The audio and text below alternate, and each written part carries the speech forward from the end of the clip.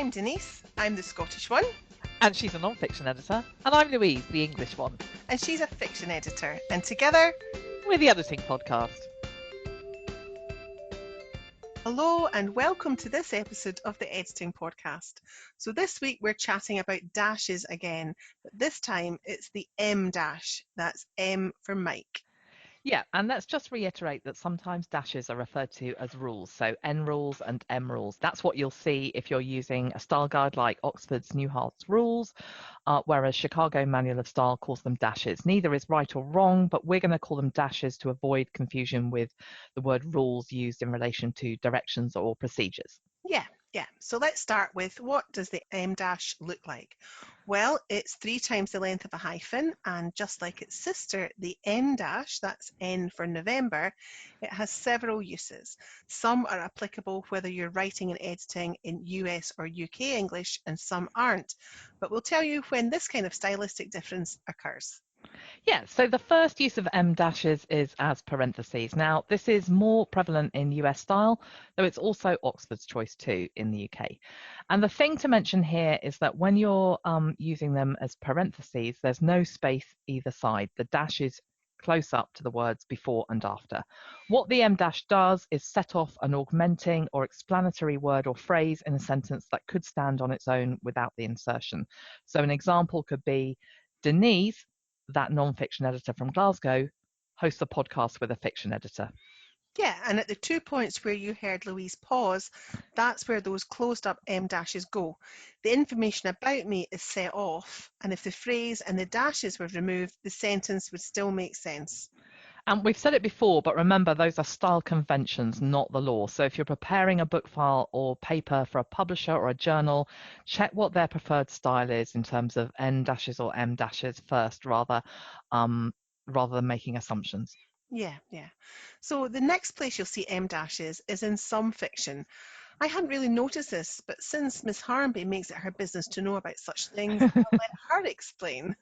Okie dokie. So some authors choose to use a closed up M dash at the beginning of dialogue to indicate a new speaker. And in this case, the speech marks are removed. And does that apply globally?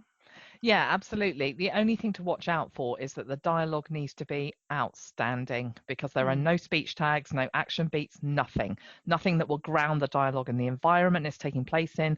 All the voice, mood and intention have to be in those spoken words. Right. So what if there are more than 2 people in the conversation? Can it still work?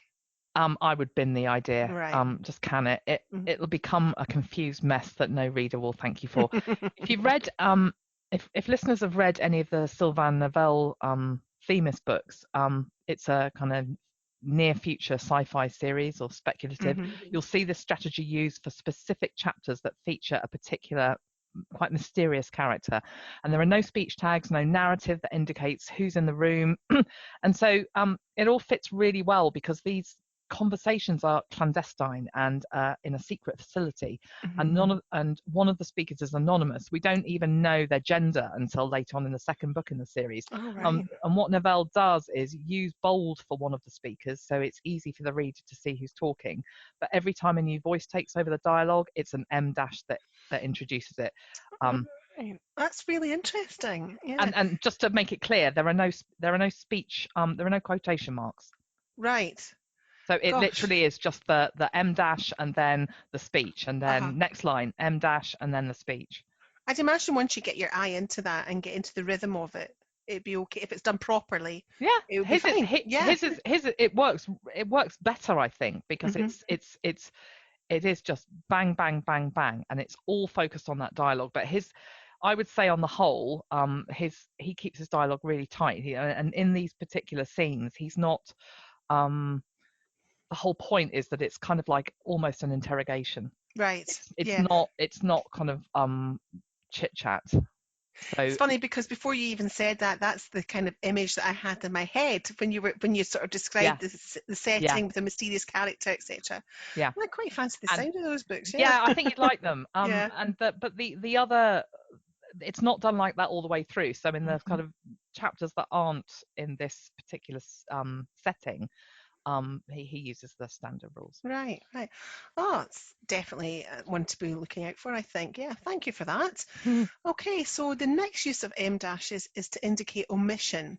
Now, this might be more of a fiction thing, but I have seen it in creative non-fiction too.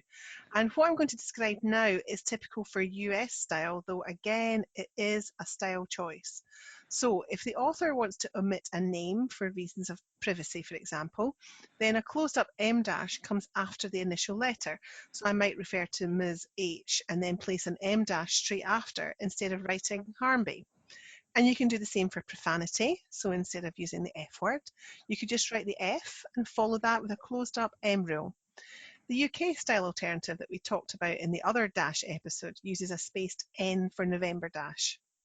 Some authors prefer asterisks, which doesn't surprise me because most people can locate these on a keyboard far more easily. Yes. And those can be used globally too. And again, we can include my blog post about dashes in the show notes. It has a lot more examples in it. But why don't we tell people where they can find M and N dashes if they haven't set up keyboard shortcuts? Yeah, good idea. So in Word, click the Insert tab and choose Symbols. That opens up a window. If you then choose More Symbols to open up a full palette. And then if you click on the Special Characters tab, you'll find both the N dash and the M dash. You can also click on the shortcut key in that window to create your own keyboard shortcut. That's what most pro editors do because it saves so much time. So here's another occasion where you'll be able to use the em dash, and we're back to fiction. It's in faltering speech, more specifically when there are fumbled phrases in dialogue in US style writing. And again, the em dashes are closed up. So an example would be as follows, and listen for the pauses when I speak because that's where the em dashes will come. I can't, but oh, what a nightmare. So each of those places where I pause could take an em dash and indicate the speaker's stumble. And the UK style alternative would be for a spaced N for November dash. And finally, the em dash is great for end of line interruptions. Again, you're most likely to see these in dialogue. And in this case, the usage applies to whatever English you're writing in. So I think the best way to show this is to show off our acting skills. Denise, what do you think? Well, this is going to be a catastrophe, but what the heck? Let's give it a go. Right, you start and we'll interrupt each other, which we're quite good at doing anyway. And I'm looking at the script now and I see you've set me up good and proper. Oh, yeah. Oh, yeah. So, you really shouldn't be so oversensitive. Now, every time you, the listener, hear the one of our voices interrupted, that's where the em dash would go, close up between the final word and the closing quotation mark. Okay. Ready? Yes. Okay. Denise. Oh, sorry. I messed it up already. You stop. Okay. Denise slunk over to the bar. I need 2 bottles of your finest. No, you've had 3 bottles of already, Denise. I strongly recommend. Mind your own business, you tea drinking. How very dare you, Miss Cal. And that's quite enough on em dashes. And just for the record, Louise likes a little gin just as much as I do. And that's why when we're divvying up tasks for the editing podcast, it's not a good idea always to leave me in charge of the script. True, but don't forget that I'm in charge of the bloopers. You've been warned, yeah. Thank goodness it's time now for Editing Bites, I think.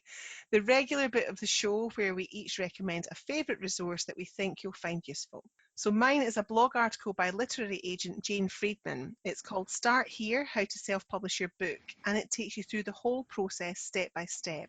It's a great introductory guide on how to self-publish, whether it's print or ebook, and how to choose the right services or approach based on your needs and budget.